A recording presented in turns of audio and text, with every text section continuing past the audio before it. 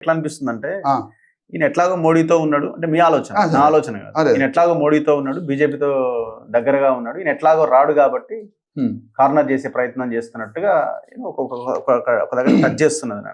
కరెక్టే. అప్పుడు నేనేమంటానంటే ఈ అంశాన్ని విని కూడా రావచ్చుగా. అది నిన్నటిదాకా మీరన్నది నిన్నటిదాకా. కానీ తమ్ముడు వీళ్ళంతా దూరం కాబట్టే మరి నేనేమన్నా మార్చుకుంటే అందరూ నా దగ్గరికి వస్తారని కూడా అనుకోవచ్చు కదా. ఇట్లా కూడా మార్పు రావచ్చు కదా సార్. అందుకని ఈ సందర్భంగా దళిత క్రైస్తవులకి నేను చెప్పే అప్పీల్ ఒకటి ఉంది సార్. చివరిగా దళిత క్రైస్తవులు ఎవరైతే ఎస్సీ క్రైస్తవులు ఉన్నారో వారు, అయ్యా మీరు ఆనాడు వివక్షతకి గురై, ఆనాడు హైందవంలో అనేక వివక్షతలకు గురై ఏ దిక్కు లేక మీరు క్రైస్తవులకు కొంతమంది పోయారు, బౌద్ధంలోకి కొంతమంది పోయారు, కొంతమంది ముస్లింలుగా కొంతమంది పోయారు. కొడకాండ్లలో అయితే ఇప్పటికీ ముస్లింలు హిందువులు ఒకే పేరుతో ఆడ హిందూ ముస్లిం కల్చర్ ఉంది, మిక్స్డ్ హిందూ ముస్లిం కల్చర్. ఓకే, ఓల్డ్ సిటీలో కూడా హిందూ ముస్లిం కల్చర్ ఉంది సార్. చాలా వెరీ ఇంపార్టెంట్ పాయింట్ సార్. ఇక్కడ ఏమంటున్నానంటే దళిత క్రైస్తవ సోదరులకి పోరాట స్వభావాన్ని అల్జీమర్స్ వ్యాధి లాగా మర్చిపోయారు వాళ్ళు. ఆయన కూడా అదే అంటున్నారు, ప్రార్థనలు మాత్రమే కాదు మీరు పోరాటం దళిత క్రైస్తవులు చేయాలి, పోరాటం చేస్తే మేము నిలబడతాం. ఇప్పుడు అదే అంటాను సార్, అండగా నిలబడేది కాదు సార్, కలిసి పనిచేయాలి. ఎట్లా అంటే ఇప్పుడు దుఃఖపడువారు ధన్యులు, వారు ఓదార్చబడుదురు అని బైబిల్లో ఉంది సార్. దుఃఖపడువారు ధన్యులు, వారు ఓదార్చబడుదురు అని. మనం ఏమంటున్నామండి సార్, దుఃఖపడువారు ధన్యులే, వారు పోరాడితే మాత్రమే ఓదార్చబడతారు, వారు పోరాడితే మాత్రమే ఓదార్చబడతారు. క్రిస్టియానిటీకి బాస్ లాగా ప్రవర్తిస్తున్న ఒక పాస్టర్ ఉన్నాడు సార్, సతీష్. ఓకే, నేను చెప్తున్నా ఈరోజు పాస్టర్ అంటున్నా. అంత పెద్ద మాట. ఎస్, నేను అంటున్నా. అట్లా గుత్తాధిపత్యంతో, అగ్రవర్ణ ఆధిపత్యంతో ఎస్సీ ఎస్టీ బీసీలని లొంగ తీసుకొని, ఎస్సీ ఎస్టీలని లొంగ తీసుకొని, ఎస్సీలలో మాలా మాదిగల్ని ఇంకా లొంగ తీసుకొని నీ నాయకత్వంలో నడుస్తుంది కదా. నీ సమస్య ఉంటేనేమో ముఖ్యమంత్రులతో పరిష్కరించుకుంటాం. నేను మళ్ళీ చెప్తున్నా, పాస్టర్ సతీష్ తన సమస్యకి పరిష్కారం చేసుకోవడానికేమో ముఖ్యమంత్రులతోటి, మంత్రులతోటి, ప్రభుత్వంతో నీ వ్యక్తిగత పనులు, నీ క్రైస్తవ పనులు అన్ని చేయించుకుంటావు. భక్తులకేమో ప్రార్థన ఉపజెప్తావా? గ్రామాలలో సైకిల్ వేసుకొని బైబిల్ పట్టుకొని వాక్యం చెప్పే పాస్టర్లు ఉన్నారు కదా, వాళ్ళ కాలి గోటి కంటిన ధూళితో సమానం Satish pastor, Shyam Kishore, Anil, all pastors వీళ్ళంతా. నీ కమ్యూనిటీ ఏదైతే అప్పర్ కాస్ట్ ఉందిగా, నీ అప్పర్ కాస్ట్ భక్తులు ఎంతమంది ఉన్నారు? నేను సతీష్ని ఒకటే అంటున్నా, నీ చర్చిలో నీ అగ్రవర్ణ భక్తులు ఎంతమంది ఉన్నారు? నీ చర్చిలో 1%, 0.1% ఉన్నారు. మిగతా వాళ్ళంతా ఎవరు? ఎస్సీ ఎస్టీలు. ఎవరు వీళ్ళు? ఆంధ్ర నుంచి, తెలంగాణ నుంచి వచ్చి కూలీ నాలి పని చేసుకొని నీ చర్చికి ₹1,00,000 ఇస్తారు. మిగతా క్యాస్ట్ వాళ్ళు ఎవరు భక్తులు లేరా? ఎంతమంది ఉన్నారు? అదే ఎంతమంది ఉన్నారు అంటున్నా. మొత్తం ఎస్సీ ఎస్టీలు 90% ఉన్నారు, బీసీలు అంతా కలిపి 90% ఉన్నారు. నీ అగ్రవర్ణాలు ఎంతమంది ఉన్నారు? 1% లేరు. అందుకనే సతీష్ని అంటున్నాం, డెఫినెట్గా అంటున్నాం, నీ ఆధిపత్యం ఏంటి అంటున్నాం. అందుకని నీ నాయకత్వాన్ని తీసి నీ చర్చిలో ఉన్న ఎస్సీలకు నాయకత్వం ఒప్పచెప్పు అంటున్నాం. తెలంగాణలో గ్రామాలలో ఎస్సీలు, ఎస్టీలు, మాలలు, మాదిగలు, బీసీలు గ్రామాలలో చర్చిలు నడిపించుకుంటూ అయ్యగారులుగా, పాస్టర్లుగా నీతిగా బతుకుతున్నారు. వాళ్ళు గ్రామాలు, వాళ్ళకు చిన్న బండిలో పెట్రోల్ కూడా గతి లేదు. వీళ్ళ మీద ఆధిపత్యం చలాయిస్తారు క్రైస్తవ సమాజం. 100 కోట్ల డబ్బులు కదా, ఎక్కడి నుంచి వస్తుంది? దేనికి నీకు అసలు? రేవంత్ రెడ్డి అనే ముఖ్యమంత్రితో ఏం పని, కేటీఆర్తో ఏం పని? వాళ్ళిద్దరు నీ చర్చికి తీసుకొచ్చి నువ్వు రాజకీయ సంబంధాలు ఎందుకు నడిపిస్తున్నావు? వాళ్ళతో ఏం పని మీకు? అందుకనే అగ్రవర్ణ ఆధిపత్యం కింద చలాయిస్తున్నటువంటి పాస్టర్ల యొక్క ఆధిపత్యం ఉంది కదా. క్రైస్తవ సమాజం ఎట్లా నడవాలో తెలుసా? దావీదు మహారాజు అని ఒక క్యారెక్టర్ ఉంటుంది, ఒక నాయకుడు ఉంటాడు బైబిల్. దావీదు మహారాజు ఓల్డ్ టెస్టిమెంట్లో, అది సంపూర్ణ జ్ఞానవంతుడైనటువంటి దావీదు మహారాజు. అది వారసత్వ లెగసీని తీసుకున్నాడు ఆయన. అసలు ఎక్కడ మొదలైంది మానవ సమాజం యొక్క నాగరికత? ఒక దగ్గర బాధపడతాడు దావీదు మహారాజు. 2 పర్వతాల మధ్య అగాధం ఏర్పడ్డట్టుగా మానవ సమాజానికి లెగసీ మిస్ అయింది అంటాడు దావీదు మహారాజు.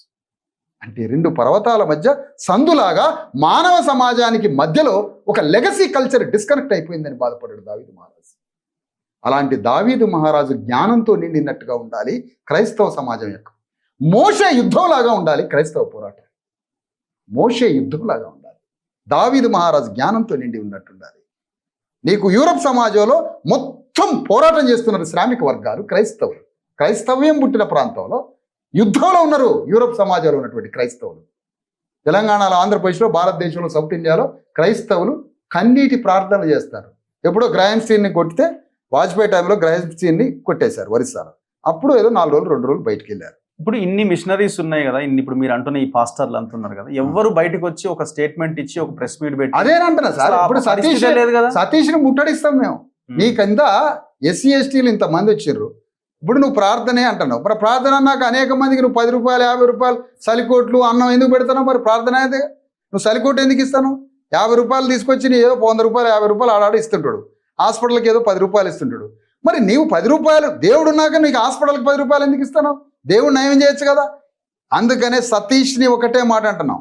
సతీష్ అనే వ్యక్తి ఎవరైతే ఉన్నారో ఆ సతీష్ తన దగ్గర ఉన్న దళిత క్రైస్తవ సోదరులు ఎవరైతే నీ చర్చికి వస్తున్నారో వాళ్ళందరికీ క్రైస్తవులలో దళితులు ఉన్నా కూడా వాళ్ళకి రిజర్వేషన్స్ వర్తించాలని సతీష్ నాయకత్వంలో కేంద్ర రాష్ట్ర ప్రభుత్వాల మీద సతీష్ యుద్ధం చేయాలి, పోరాటం చేయాలి. నువ్వు 24 గంటలు తిరిగేది యూరోప్ దేశాలు తిరుగుతుంటారు వీళ్ళు పాస్టర్లు. మరి యూరోప్లో పోరాటం చేస్తున్నారా? కన్నీటి ప్రార్థన చేసి ఇంట్లో దాక్కుంటారా? నువ్వు తిరిగేది పాస్టర్లంతా తిరిగేది యూరోప్ సమాజం తిరుగుతున్నారు. యూరోప్ సమాజాన్ని తిరుగుతున్నారు.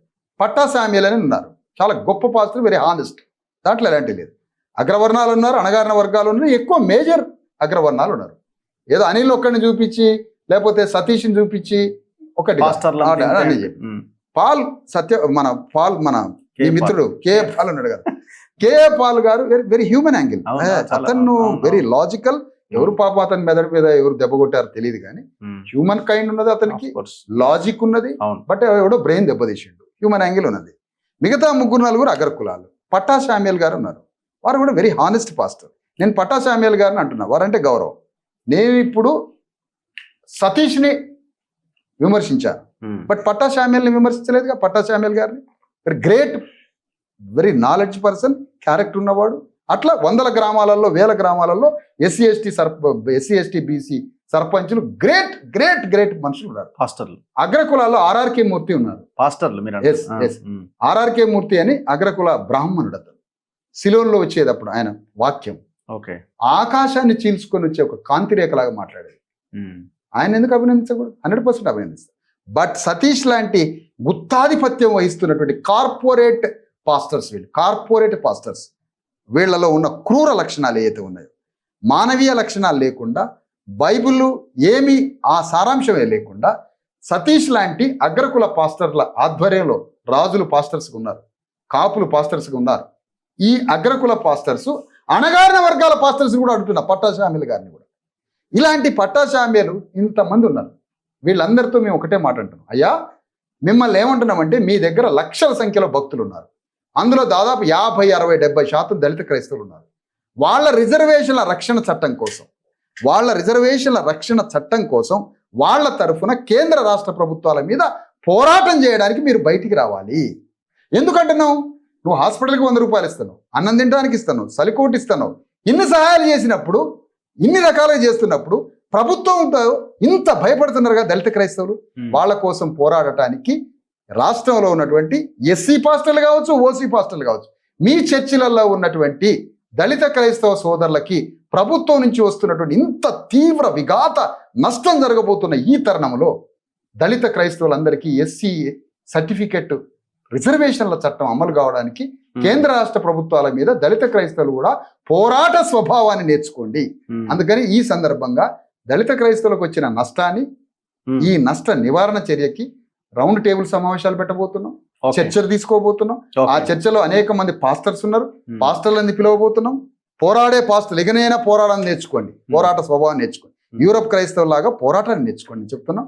ఆ విధంగా రౌండ్ టేబుల్ సమావేశాలు, చర్చలు, సదస్సులు, సమావేశాలు పెట్టి ఆ పోరాడే వ్యక్తులందరినీ కేంద్ర రాష్ట్ర ప్రభుత్వాల మీద పోరాటం చేసి దళిత క్రైస్తవ సోదరులకి రక్షణ చట్టాలు తీసుకొని వస్తాం.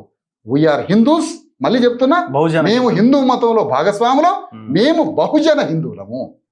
అంటే హిందువులమే, మదర్ బోర్డు హిందువులమే, కానీ బహుజన సమాజం నుంచి హిందూ మతంలో ఉన్న మా సోదరులని అయ్యా మాకు కూడా గౌరవాన్ని ఇవ్వండి. డెమోక్రాటిక్ వే, పీస్ఫుల్ వే.